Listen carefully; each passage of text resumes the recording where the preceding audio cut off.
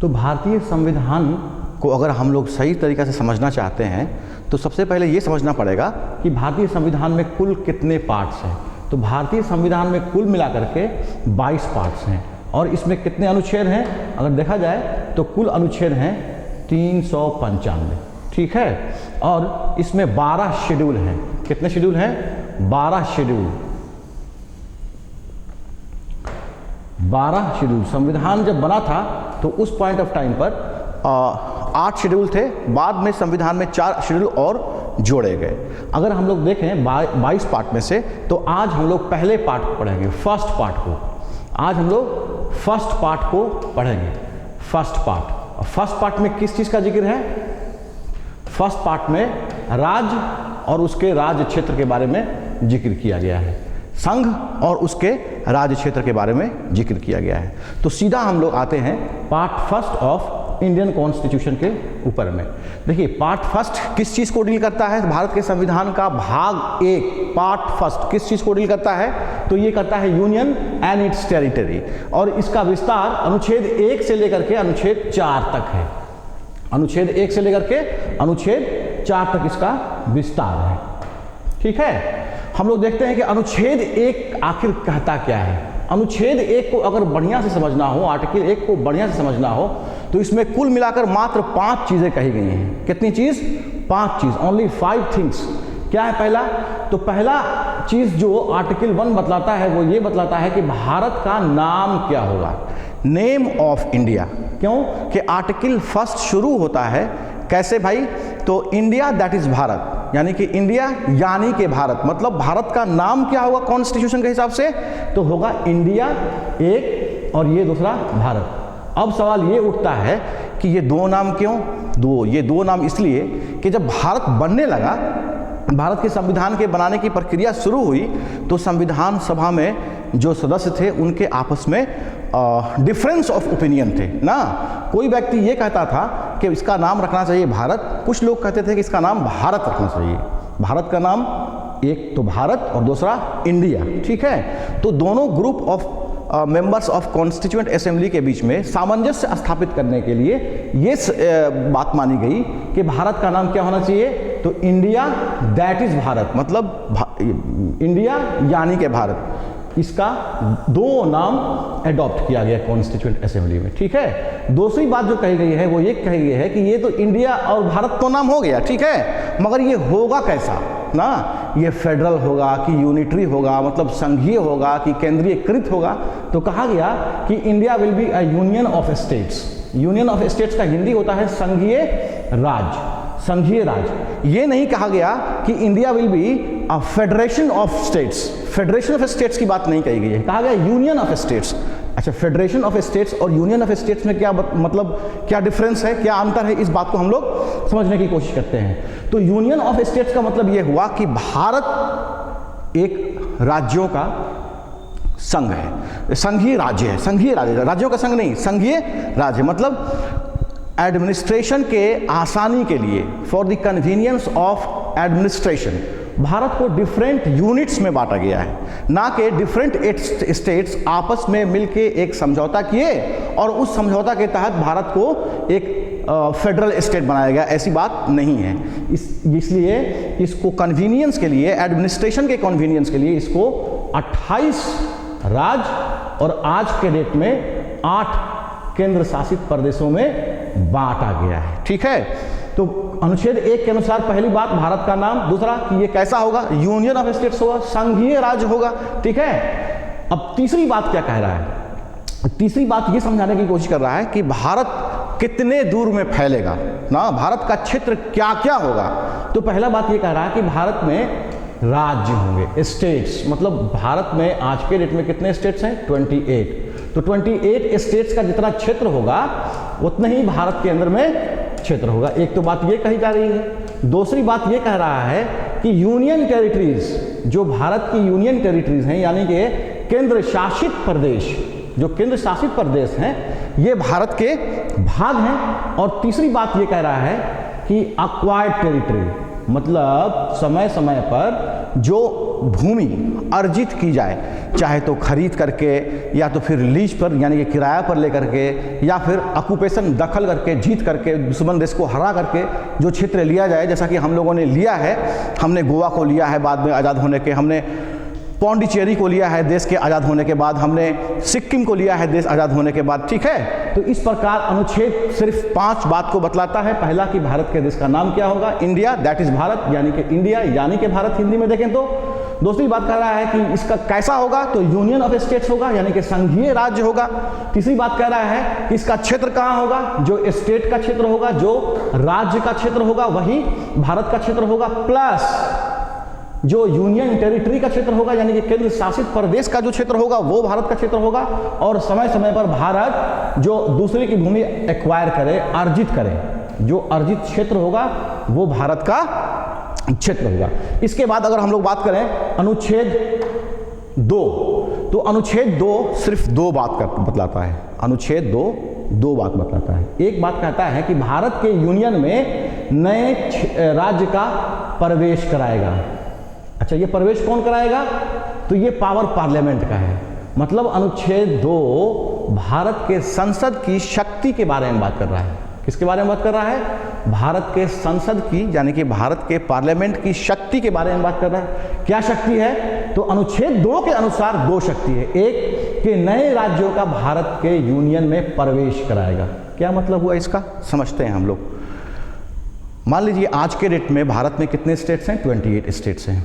अगर मान लीजिए पाकिस्तान का कोई सिंध स्टेट है, अगर भारत में मिलना चाहे तो भारत आसानी से उसको अपने यूनियन में राज्य के तौर पर प्रवेश करा सकता है, ठीक है। इसका मतलब यही हुआ।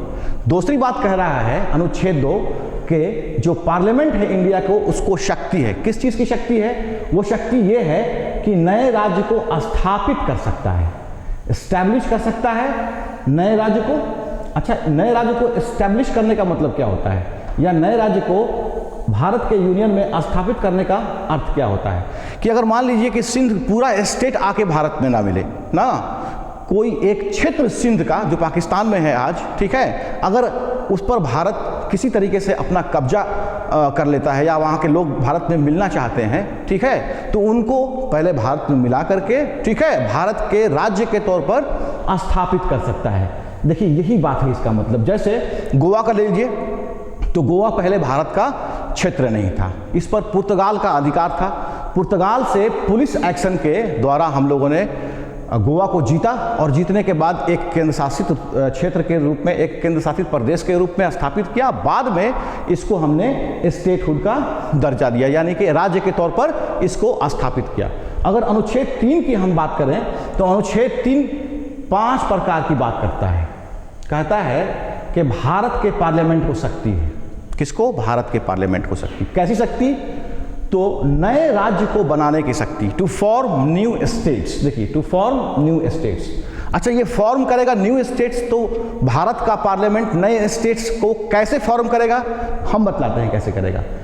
देखिए, आज के डेट में भारत में 28 स्टेट्स हैं और इन 28 स्टेट्स को अगर पार्लियामेंट चाहे तो एक स्टेट के क्षेत्र को अलग करके उसमें 2 या 2 से अधिक राज्य बना सकता है, ठीक है, राज्य क्षेत्र को अलग करके। जैसे मान लीजिए बिहार का एग्जाम्पल लीजिए, तो 2000 से पहले बिहार और झारखंड दोनों एक ही राज्य थे, ठीक है, लेकिन आज के डेट में बिहार अलग और झारखंड अलग। ऐसा करने का शक्ति किसका है, तो ये आर्टिकल 3 के अनुसार भारत की संसद को अधिकार है, भारत की संसद को ये पावर है, पार्लियामेंट ऑफ इंडिया को ये परमिट दिया गया है, ये परमिशन दिया गया है, ये ऑथोराइज किया गया है, उसको शक्ति दी गई है कि वो एक स्टेट्स के क्षेत्र को अलग करके एक या एक से अधिक राज्य बना सकता है। दूसरे किस तरीके से बना सकता है, तो हम लोग देखते हैं अगर कोई 2 स्टेट है तो 2 स्टेट को जोड़ करके भी या 2 से अधिक स्टेट को जोड़ करके एक स्टेट को बना सकता है, ठीक है। तीसरे तरीके से अगर हम देखें तो किसी राज्य क्षेत्र को दूसरे राज्य क्षेत्र में जोड़ देगा। जैसे मान लीजिए बिहार का कोई रीजन है जो उत्तर प्रदेश से मिलता है और एडमिनिस्ट्रेशन करना बिहार से ज़्यादा आसान होगा उत्तर प्रदेश से, तो पार्लियामेंट को शक्ति है कि वो बिहार के उस क्षेत्र को उत्तर प्रदेश में मिला दे। मतलब ये पार्लियामेंट की शक्ति की बात हो रही है। पार्लियामेंट की शक्ति क्या है कि नए राज्य को बनाएगा। कैसे बनाएगा, हम लोगों ने देखा यहाँ पर देखा और यहाँ पर देखा, ठीक है। फिर बात करता है कि पार्लियामेंट को शक्ति ये भी है कि चाहे तो राज्य के क्षेत्र को डिक्रीज कर दे, डिक्रीज का मतलब होता है घटा दे ना। कैसे घटाएगा? तो किसी क्षेत्र को एक स्टेट से लेकर के दूसरे स्टेट में दे देगा, घटा देगा। चाहे भारत की संसद तो राज्य के क्षेत्र को बढ़ा सकती है। ये राज्य के क्षेत्र को बढ़ाएगी कैसे? तो बिहार में किसी दूसरे राज्य के क्षेत्र को मिला देगी, बढ़ जाएगा। ठीक है। अगर भारत की संसद चाहे तो भारत की, बिहार की या फिर किसी भी स्टेट की जो बाउंड्री है, सीमा, उसको अल्टर कर सकती है, उसको चेंज कर सकती है, उसको परिवर्तित कर सकती है। मतलब जो सीमा है किसी स्टेट की, उसको परिवर्तित कर सकती है।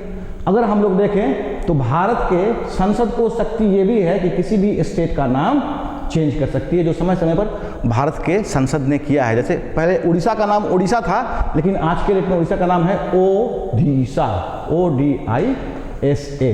पहले नाम क्या था? उड़ीसा, ORISA नाम था। ठीक है। अच्छा, दूसरे पार्ट में, अनुच्छेद 3 के दूसरे पार्ट में इस बात को बतलाने की कोशिश की गई है कि ये सारा काम, यानी कि नए स्टेट्स को बनाना, किसी क्षेत्र का, किसी राज्य का क्षेत्र कम करना, किसी राज्य का क्षेत्र बढ़ाना, या बाउंड्री को चेंज करना, या नाम को चेंज करना, ये काम संसद करेगी कैसे ना? करेगी तो कैसे करेगी, इस बात को समझना जरूरी है। समझते हैं कैसे करेगी। तो राष्ट्रपति की पूर्व अनुशंसा के आधार पर इस काम को करने के लिए बिल संसद में पेश किया जाएगा। कहाँ पेश किया जाएगा? संसद में। ठीक है। किसकी अनुशंसा पर? राष्ट्रपति पहले परमिशन देगा, अनुशंसा देगा, रिकमेंडेशन करेगा। उसके बाद इनमें से किसी काम को या सारे काम को या किसी काम को करने के लिए संसद में बिल पेश किया जाएगा। ठीक है। मगर संसद में बिल पेश करने से पहले और राष्ट्रपति अपनी अनुशंसा देने से पहले क्या करेगा? तो राज्य को सूचना देगा। राज्य को सूचना देगा। किस राज्य को? जिस राज्य में कुछ काम करना हो, जिस राज्य में या तो नए स्टेट को बनाना हो, क्षेत्र कम करना हो, क्षेत्र बढ़ाना हो, या सीमा बढ़ानी हो, सीमा बदलनी हो, या फिर नाम चेंज करना हो, तो उस राज्य को राष्ट्रपति सूचना देगा। ठीक। और कहेगा राज्य को कि देखो, एक लिमिटेड टाइम के अंदर, एक निश्चित समय सीमा के अंदर आप मेरे को इससे संबंधित सुझाव दीजिए। ठीक है। अगर सुझाव राष्ट्रपति को, मान लीजिए कि वो संबंधित राज्य कहता है कि नहीं, ऐसा काम नहीं होना चाहिए, तब भी राष्ट्रपति को अधिकार है, संसद को अधिकार है कि स्टेट्स की बात को चाहे तो माने और चाहे तो नहीं माने। ठीक। तो यहाँ से राष्ट्रपति ने राज्य को सूचना दिया और राज्य ने वापस सूचना स्टेट्स को वापस किया राष्ट्रपति को, चाहे तो बात मानते हुए या बात ना मानते हुए। ठीक है। दोनों परिस्थिति में राष्ट्रपति उस बिल को अनुशंसा भेजेगा संसद में, और संसद चाहे तो उस बिल में चाहे तो संशोधन करे और चाहे तो संशोधन नहीं करे, वो राज्य बन जाएगा। ठीक। अब हम लोग बात करते हैं अनुच्छेद 4 की। अगर अनुच्छेद 4 की बात करें तो अनुच्छेद 4 क्या कहता है? अनुच्छेद 4 ये कहता है कि चाहे तो परिवर्तन अनुच्छेद 2 के अनुसार करना हो, यानी कि भारत के यूनियन में, भारत के संघ में किसी नए राज्य को का प्रवेश दिलाना हो, या फिर भारत के संघ में किसी नए राज्य को स्थापित करना हो, जो कि अनुच्छेद 2 कहता है। ठीक है। या अनुच्छेद 3 के अनुसार किसी नए स्टेट को बनाना हो भारत के राज्यों के अंदर में से। ठीक है। या फिर उनका नाम बदलना हो, या सीमा रेखा बदलनी हो, या फिर मान लीजिए कि क्षेत्र को घटाना हो, बढ़ाना हो। तो ये तीनों काम, यानी कि अनुच्छेद 2 और अनुच्छेद 3 के तहत जो काम होंगे, वो काम होंगे कैसे? संसद जो पास करेगी तो संसद कैसे पास करेगी? ठीक है।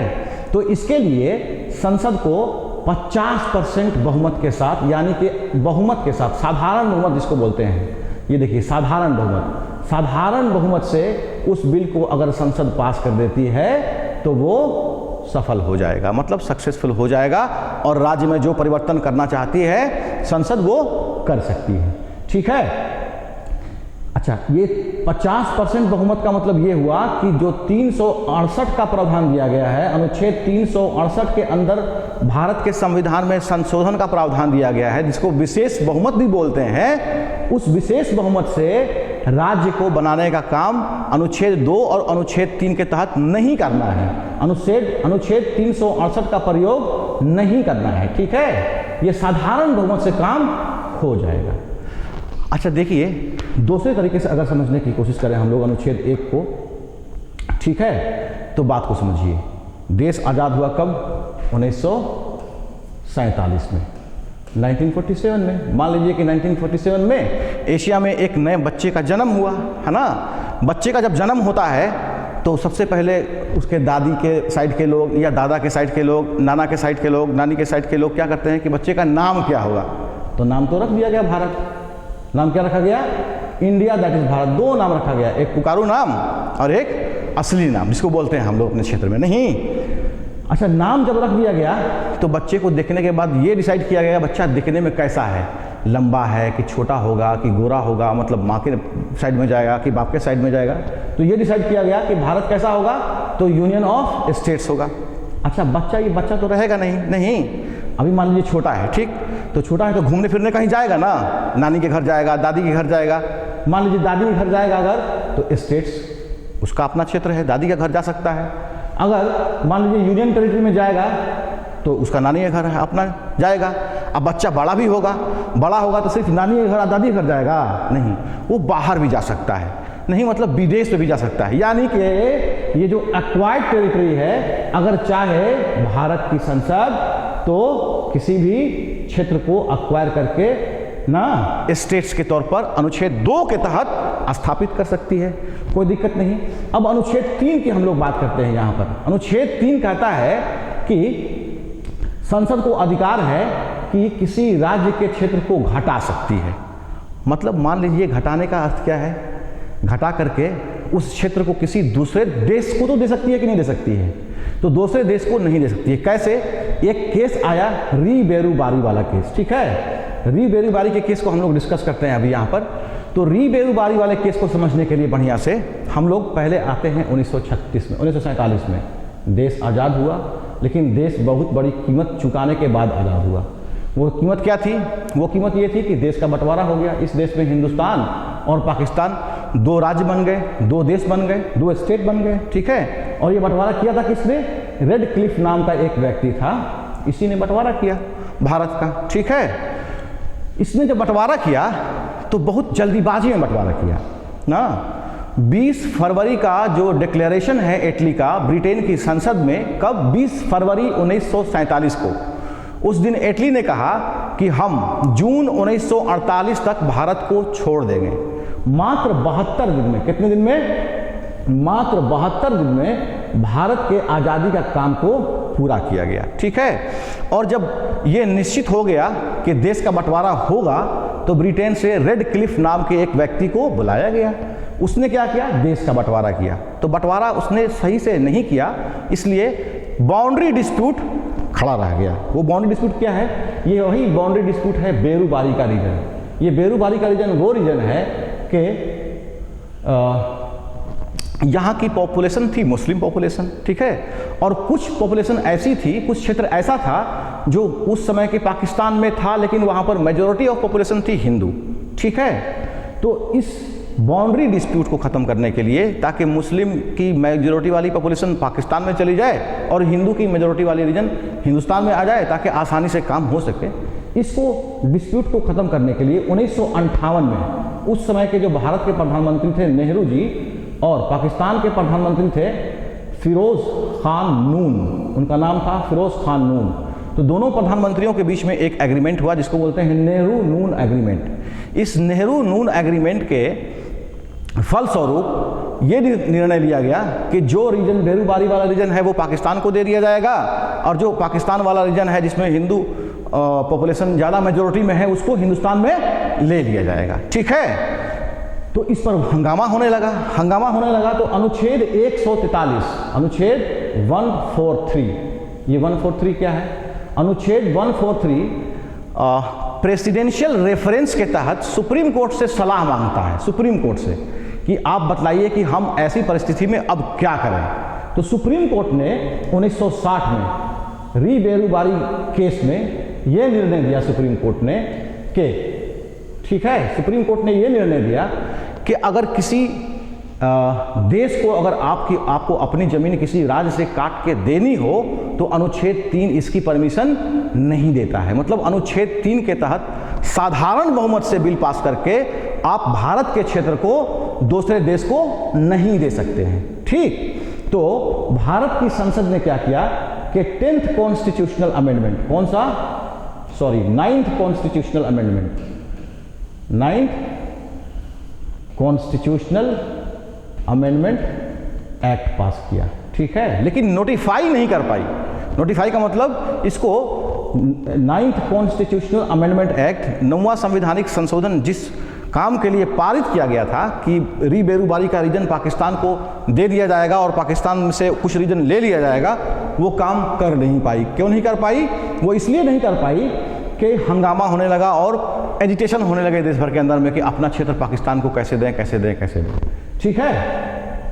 और जब मोदी जी प्रधानमंत्री बने 2015 में, उन्होंने 100वां संविधान संशोधन किया, 100वां संविधान संशोधन किया और 100वां संविधान संशोधन करके 111 एन्क्लेव जो हिंदुस्तान में थे, इसको दे दिया बांग्लादेश को, इसको दे दिया बांग्लादेश को, बांग्लादेश।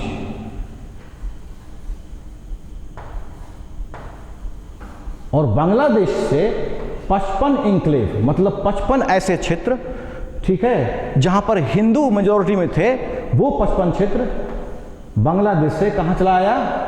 इंडिया में चला आया, ठीक है, इंडिया में चला आया।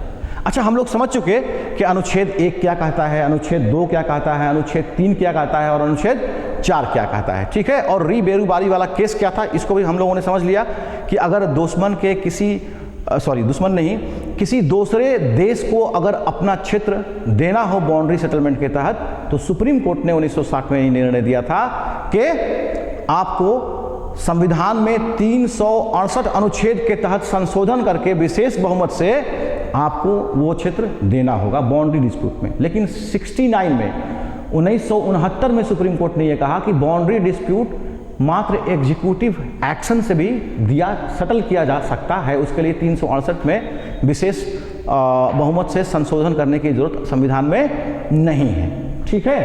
अच्छा, ये देखने के बाद हम लोग देखेंगे कि स्टेट रीऑर्गेनाइजेशन कैसे हुआ।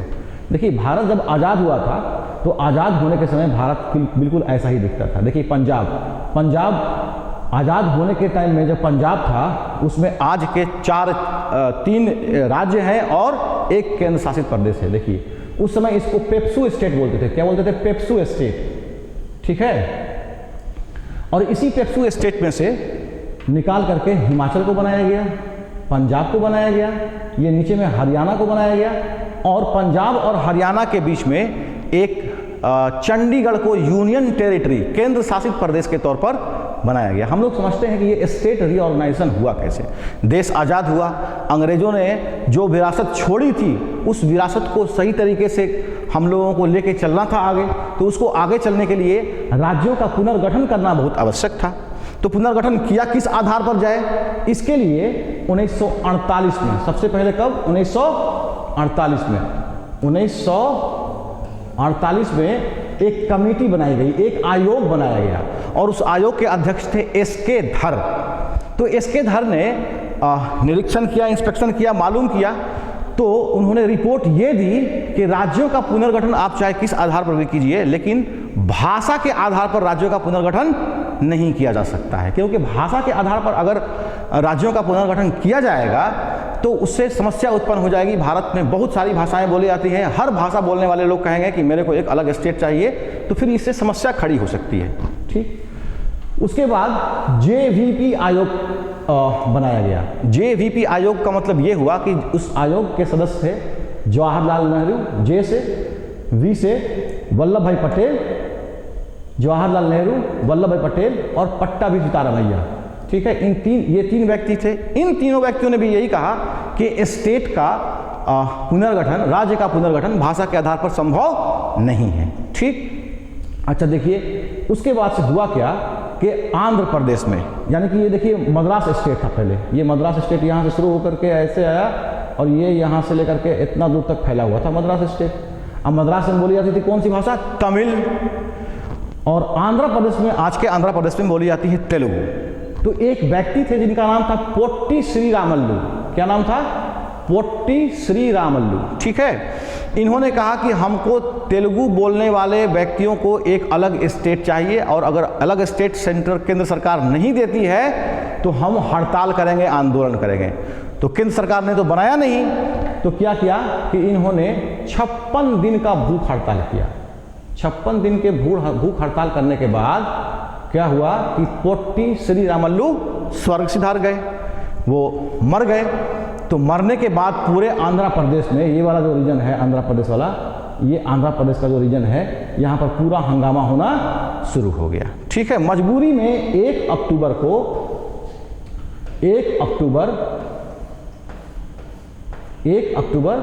1953 को नेहरू जी को आंध्र प्रदेश को एक अलग स्टेट के तौर पर भाषा के आधार पर बनाना पड़ा। ठीक है, अब प्रश्न पूछता है कि पहला स्टेट कौन सा स्टेट है जिसको भाषा के आधार पर बनाया गया, तो इसका आंसर होता है आंध्र प्रदेश। ठीक है, अब एक और बात को समझिए, फजल अली आयोग का गठन किया गया कब?